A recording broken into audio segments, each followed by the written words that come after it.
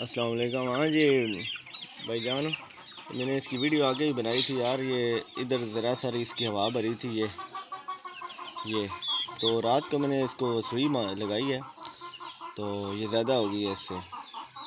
तो इसका कोई हल किसी भाई को पता हो तो बता दें। ये अब इधर ज़्यादा हो गई है इसकी, इधर से सिर्फ अब ये नीचे भी हो गई है और ये ऊपर भी।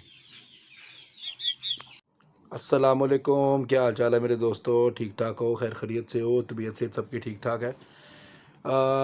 उम्मीद है सबकी सेहत तबीयत भी ठीक होगी और माशाल्लाह से सबका शौक शिकार भी अच्छा जा रहा होगा। आज जी एक और ज़बरदस्त टॉपिक के साथ आपकी खिदमत में हाज़िर हुआ हूँ और उम्मीद करता हूँ कि जिस तरह पहले के जितने भी टॉपिक्स होते हैं वो आपको पसंद आते हैं, आप उनको पसंद करते हैं, एप्रिसिएशन देते हैं, उसी तरह से आपको मेरा ये वाला टॉपिक भी बहुत पसंद आएगा इंशाल्लाह ताला। अभी जो आपने वीडियो देखी मेरी ख़ुद की वीडियो स्टार्ट होने से पहले मैंने एक अपने भाई की, एक दोस्त है मेरे बड़े अच्छे, उनकी मैंने वीडियो शेयर की आपके साथ। वीडियो शेयर करने का मकसद भी ये था ताकि आपको समझ आ सके कि मैं किस टॉपिक पे बात करना चाहता हूँ या मेरा आज का टॉपिक क्या हो सकता है।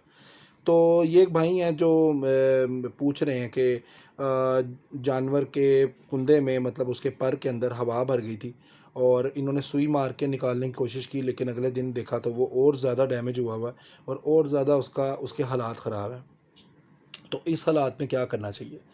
तो सबसे पहली बात तो ये है कि भाई सुई मारने का जो कॉन्सेप्ट है ना, सुई मारने का कॉन्सेप्ट, उसके अंदर काफ़ी बारीकी है, काफ़ी बारीकी है उसमें। सबसे पहली बारीकी तो उसमें ये है कि आपने जब भी अपने किसी भी जानवर को सुई मारनी है तो कोशिश ये कीजिए कि वो एंटीसेप्टिक नीडल हो, सुई एंटीसेप्टिक हो, मतलब टीका वो जो इस्तेमाल ना किया गया हो, वो अगर आप इस्तेमाल करें तो बेहतर है। मैं अव्वल तो सुई मारने के मतलब इस मेथड को पसंद नहीं करता ज़्यादा। क्योंकि इससे इन्फेक्शन होने के चांसेस ज़्यादा होते हैं। जानवर को इन्फेक्शन हो सकता है, जानवर बीमार हो सकता है और जानवर को कोई और बीमारी भी हो सकती है। तो कोशिश करें कि उसको उसको आप नीडल का इस्तेमाल ना करें। बट अगर आप ये देख रहे हैं कि हवा भरी हुई है और आपने जस्ट हवा को निकालना है तो फिर आप नीडल का इस्तेमाल कर सकते हैं, ठीक है ना।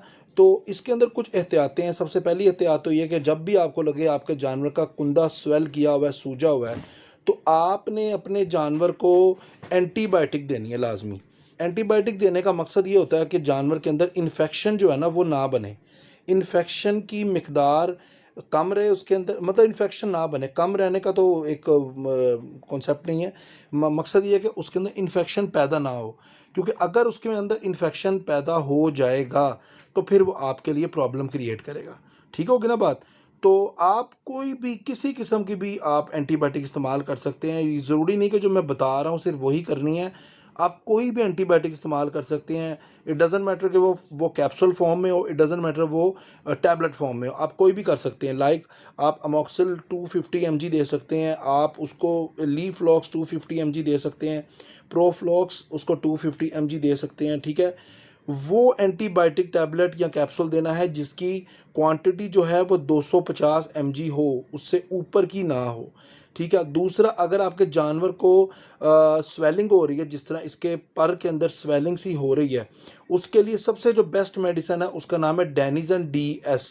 डेनिजन DS, ये डेनिजन DS जो मेडिसिन है ये माशाल्लाह से बड़ी अच्छी है और ये उन चीज़ों को कवर करती है जहाँ पर स्वेलिंग ज़्यादा हो जाती है। स्वेलिंग को कम करने के लिए डेनिजन DS का इस्तेमाल किया जाता है, ठीक है ना। और आजकल चूँकि है मौसम बरसात, यानी पंजाबी में हम इसको बोलते हैं सोन भादों का मौसम।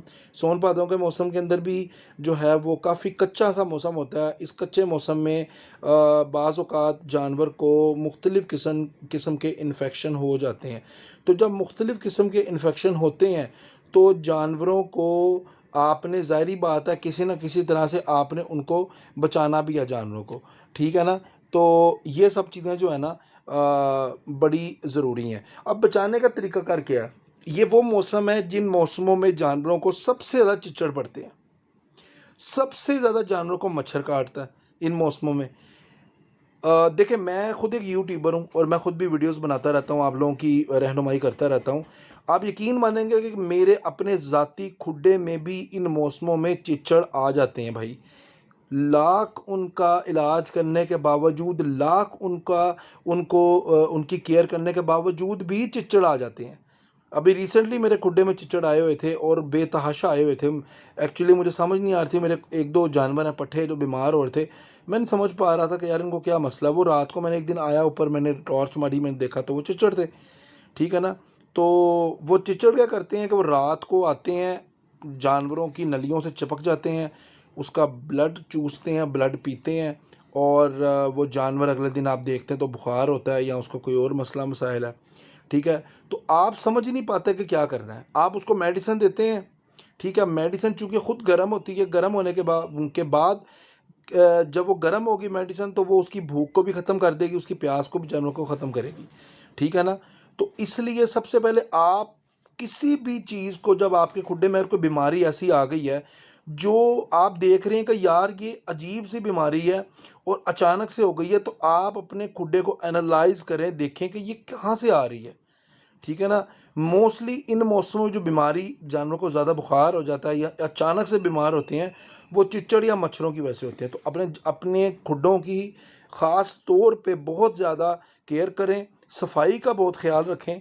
और सबसे ज़रूरी ये है कि जानवर जब बीट करता है, पानी वाली बीट ख़ास तौर पे करता है, तो उसमें कीड़े बन जाते हैं, ठीक है भाई। अगर एक जानवर एक जगह पे बीट करी जा रहा है तो 2 दिनों के अंदर अंदर ही उसके अंदर गंदगी की वजह से वहाँ पे चिच्चड़ भी पैदा हो जाएंगे। गंदगी की वजह से वहाँ पे जो है ना वो दूसरे सुंडियाँ भी पड़ जाएंगी।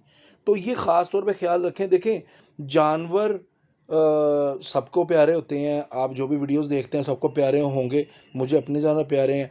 जब वो अचानक से उनका नुकसान होता है तो बड़ी तकलीफ़ होती है।